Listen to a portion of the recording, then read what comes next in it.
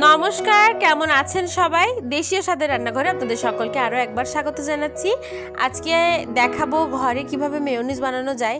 তার জন্য দেখুন, আমি এখানে সয়াবিন তেল নিয়েছি, গোলমরিচ নিয়েছি, কয়েক টুকরো রসুনের কোয়া, আর লবণ নিয়েছি half table spoon, 1 table spoon চিনি নিয়েছি, লেবুর রস লাগবে 1 টেবিল স্পুন, একটা ডিম লাগবে, আর আমার লাগবে কিন্তু ভিনিগার লাগবে, আর গুঁড়ো দুধ লাগবে। তো সেগুলো আপনাদের পরের ধাপে দেখাচ্ছি। তো এখানে দেখুন, ডিমটা ফাটিয়ে দিয়ে দিলাম মিক্সির ব্লেন্ডারে। তো এর ভিতরে আমি কিন্তু আর দিচ্ছি রসুনের কোয়া, দিচ্ছি 4 কোয়া। যদি আপনারা বড় সাইজের রসুনের কোয়া নেন তখন কিন্তু 2 কোয়া দিলে হবে। এখন সব উপকরণ যেগুলো ছিল সেগুলো কিন্তু আমি দিয়ে দিলাম।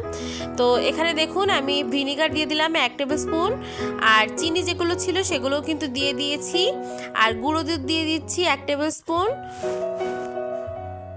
তো দেখুন, সব উপকরণ দিয়ে আমি প্রথমে একটু ব্লেন্ড করে নিয়েছি। তো এরকম লিকুইড মতো হবে।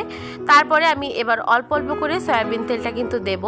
এই তেলটা কিন্তু আপনারা একবারে দিয়ে দেবেন না, অন্তত 6 থেকে 7 বার অল্প অল্প করে দেবেন। তো দেখুন, একবার দেওয়ার পরে কিন্তু এরকম একটা থিক হয়েছে ব্যাটারটা।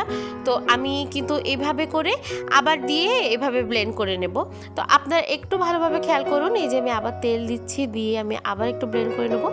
এভাবে আমি এই হাফ কাপ তেলটা অল্প অল্প করে দিয়ে আমি এই মেয়োনিজটা বানিয়ে নিচ্ছি।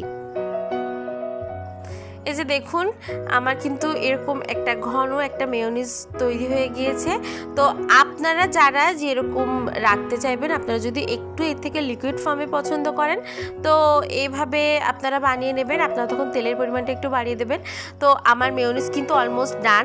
আমার বাড়িতে কিন্তু আমার মেয়োনিজই সেরা, কারণ এই মেয়োনিজটা আমার বাড়িতে সবাই পছন্দ করে বাজারের কেনা মেয়োনিজ থেকে। আর এটা কিন্তু বাজারের কেনা মেয়োনিজের থেকে অনেক বেশি স্বাস্থ্যকর।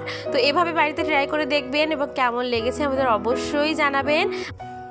এই মেয়োনিজটা কিন্তু আপনারা যে কোনো চাইনিজ, কন্টিনেন্টাল বা যে কোনো খাবারের সাথে পরিবেশন করতে পারেন, এবং এটা পরিবেশন করলে আমার মনে হয় যে আপনাদের খারাপ লাগবে না। তো আপনারা সবাই যদি পছন্দ করে থাকেন, ভিডিওটি অবশ্যই একটি লাইক করে দিবেন, এবং ভালো লাগলে আমাদের চ্যানেলটি সাবস্ক্রাইব করে আমাদের পাশে থাকবেন। সবাই ভালো থাকবেন, সুস্থ থাকবেন। আজকে এই পর্যন্তই।